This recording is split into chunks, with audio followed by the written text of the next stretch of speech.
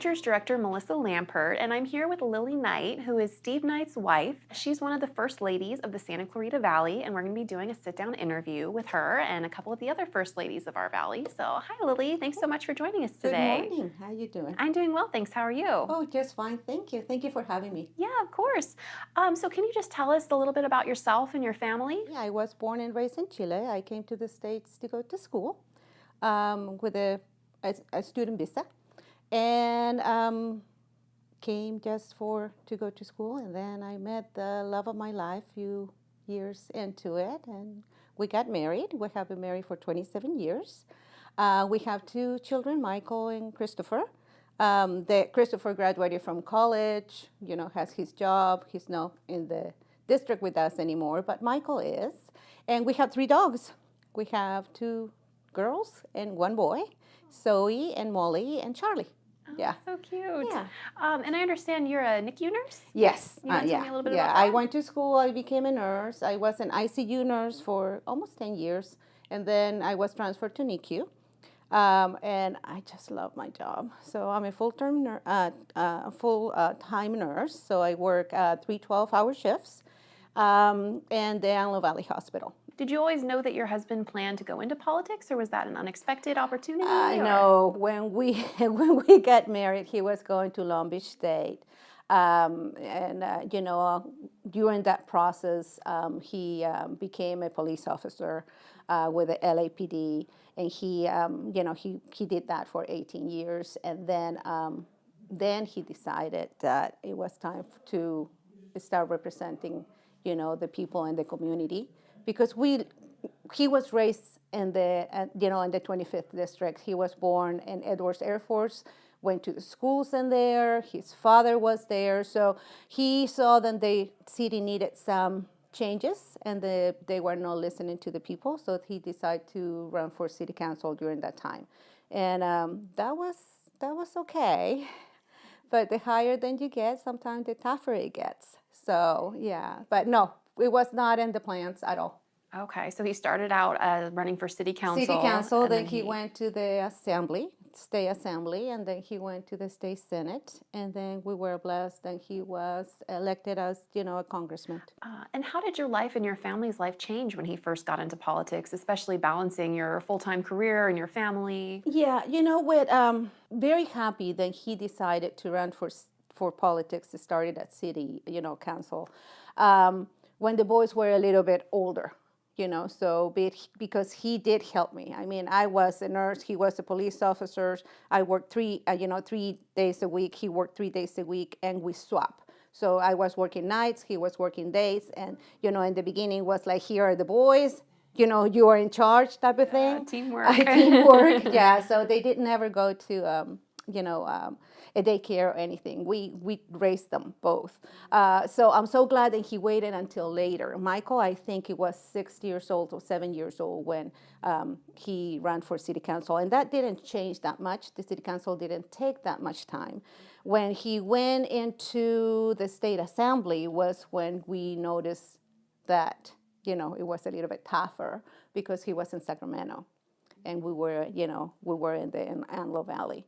But we managed, and the boys were very supportive. I mean, we had a family, meeting, and we voted who wanted for him to run and being away from the house, and and we had an open conversation with the boys during that time, and we all decided that it was time for him to, go and represent us, in a higher level of politics, like assembly.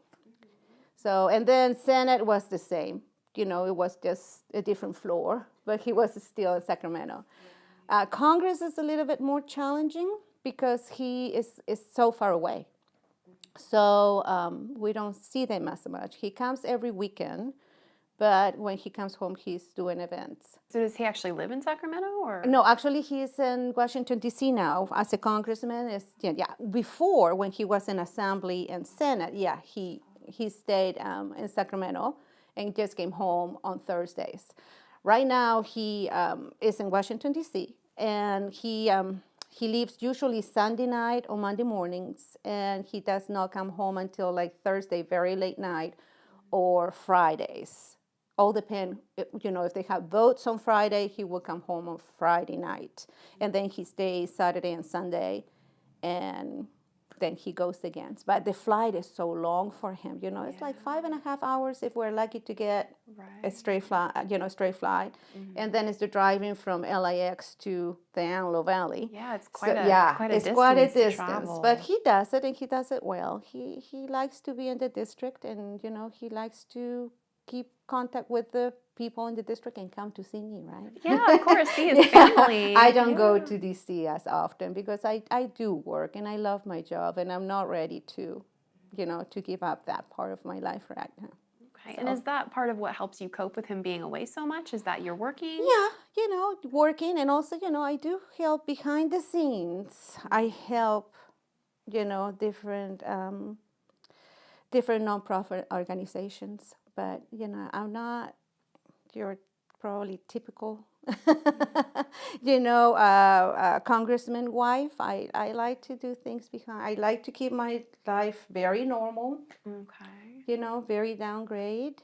And I just like to, when people ask me to help for anything, like I just received a little text message, then they needed some games for this group, like board games. So I would just get them and send it to them. But I don't like to, I am the congressman's wife, but, I just do my best to serve the community and still keeping a very, low-key, normal life. Yeah. Okay. Most of the people where I work, they did not know who I was married to. Oh, really? Yeah, until the second election, then it got a little bit heated. So I was going to ask, so what kind of unique challenges are there that comes with being in the political spotlight, especially with, the last election, which got pretty ugly? Yeah, the challenges are then you have to be patient. Very much so. And you have to try to teach the community not to get so, not to believe everything that is out there. My first response, of course, is just to fight back, because they're talking about my family and my husband, which I love him dearly, and I know what kind of person he is. He's not in this for the power or the glory or any of that. He's there just to represent the community and what we need, especially the veteran community that was forgotten for a little bit. So it is difficult. I'm telling you, going through my Facebook pages, social media and you have no idea how many times I will type something and then I was like, oh no, I have to delete it. But at least I type it, so it's out, right? It's getting it out. Yeah, it has to get out. Yeah, but we try to focus, and the boys understand that, then that what they're saying about, their dad is not what actually he is. So he really worked hard for the community. Maybe not that many people see it. And you have to understand that nobody's going to agree with you 100%. My husband and I don't agree 100% in everything, than we do or we believe. But you have to find common grounds. And you have to, be courteous and kind and respectful. Yeah, showing that is what is not going on right now. But you know what? We just have to, you have to stay focused, because if we don't, I will be miserable and I will not be able to do my job at work. When I walk into those doors in the hospital, the phone is gone, because I cannot have my cell phone in there. And the people then, now they know who are married, we have a little conversation. And I was like, if you have an issue, call me after my working hours. And here I'm just Lily the nurse, and my main focus in here is to take care of these little 1 pound, babies, and make them, better and help them grow. And that is what it just keep me focused. Wow. And with Steve, we try not to talk about politics that much at home. Sundays is a not political day. So, and we play games with the boys if they are both home, or just with Michael. And, like I said, we try to make it very normal. Okay, so Yeah. then I was going to ask, is there any guidance that you give your husband that you want to share with us, or you really try to stay neutral and kind of? No, I just tell him to stay focused, and it's a mutual thing, because when I'm pulling my hair saying, I can't believe this is what they're saying about you, it's completely a lie, let go to the media, let's do this, let's do that. And he tells me, no, you have to just stay, calm. This will pass, and we have such a, we have so many needs in the community, and it has to be taken care of than just by dealing with this nonsense. What is your favorite part of being in the role as First Lady of the Santa Clarita Valley? I think it's just helping people. When I receive a little phone call, because sometimes they do call me before they call Steve. Oh, really? Yeah, because they think, then he's busy, or they know then the time frame, or they don't want to go through the office because we do have a connection. I don't do much. I just connect them to the right people. Right, you facilitate. I'm a facilitator. Yes. Exactly. I love to do that, and I love to see the results. So, I not doing anything different, I think. What I was doing before Steve was elected, than I'm doing right now, helping the community. We helped the community before, and we will continue helping the community even when he decides to retire. Or if they vote him out. I mean, wherever comes first, right? Yeah. So, but yeah, we will keep doing the same. So I just, life hasn't changed that much besides me, seeing him as much. And we started in the Antelope Valley and Palmdale. As he was city council in Palmdale, and then we grew. The district grew when we went to the Senate, and then grew when we went to the Assembly. And now we go from the Antelope Valley to Simi Valley. So we have beautiful valleys: Antelope Valley, Santa Clarita Valley, and Simi Valley to represent. And it's amazing how many good families and people live in this district. I cannot tell you. I mean, we do. Not everybody's going to support us or like us or say nice things about us, but overall we get a great support. Yeah, and a lot of little thank yous. So I know you've touched on this a little bit already, but what would you say is the single toughest part about being in that role as First Lady of Santa Clarita Valley? It's not having my husband in here, and the change of the time, where if something is going on, I know that he's asleep and I better don't wake him up. It's 3 hours difference, Right. especially at Time night. difference.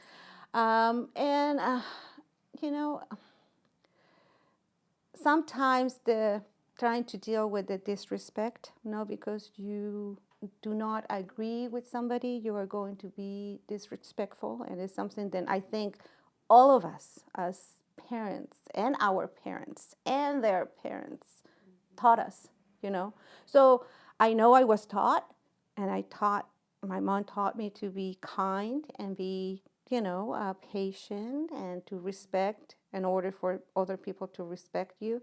Sometimes in the middle of the night, I get very mad and I just wanted to explode, right? Like everybody. Yeah. But, human. I think that is the toughest thing. Campaigning is the toughest thing. I think supporting my husband when he's doing the job that he was elected to is a piece of cake, because he really listens and works for the majority of the people that he represents. He's not going to be able to please every single one of them, because that is how it doesn't work in that way. It doesn't work anywhere in that way, So I think that is the toughest thing. It's just, the campaigning, the nastiness, and the disrespectful way that some people treat their representative when, they're there just to help. Yeah, and how do you cope with that? I know you talked about putting your focus into your career. How else do you cope with that? Talk to friends. Yeah, I have very good friends, and Vanessa Wilk is one of them. And many others. And, I have a very, very good friend. She's also from Chile, Sandra Johnson, and she lives in the Antelope Valley. And I just talk to her and tell her about my feelings. And they always give me positive energy. It's always God involved. So, we're people of faith. And I know that He is looking after all of us. And just to stay focused and trying to find a positive thing during the day, then it's going to make it better. Because if you stay in the negative, it's not going to be pretty. No, not at all. So, and my mom is my big support too. She's still in Chile. My whole family is in Chile. Yeah, I'm the only one in the United States. She comes and visits. She does not speak the language, so she comes and visits and help me, and we go places. But she will not leave Chile. That is her life. So I wish, right? Then I will have my mom in here. But so I communicate with my mama too, and I try not to bring her during campaign years to visit, because then he sees the other side of being a representative. She's very proud of what we have accomplished as a married couple, my husband and I. You have to understand, I came out from a country that it was very oppressed when I was growing up. We went from a communist president to a dictatorship, so we had no freedoms whatsoever. So I did have to live through that, and I think that is what it makes me value our Americans value in here in the United States. I mean, some people complain a lot, but if you really start thinking and what we have, everything that we have, and freedom thank and God for what we opportunities. have, I think it will be a better place. But I think people are going to, you have to have faith. Yeah, and you have to find a little bit of positive in a bad day. And that, I learned that actually working in NICU with the little tiny babies. When these babies, they are not doing as well sometimes. And, we do not know if they are going to make it through or they are not making it through. So I try to focus on the little positive things, like the baby is tolerating the feeding. So praise that. At least it's doing something that is positive for this day. Appreciating the small things. A small thing. Appreciating the small things. You just said it. Okay, And, great. Well, thank you so much you're welcome. for sitting down with us, and it was so great talking to you. Oh, thank you. Thank you so much for having me. This has been my sit-down interview with Lily Knight. To watch my interviews with the other First Ladies of the SCV, go to hometownstation.com. I'm Melissa Lampert, KHTS Features.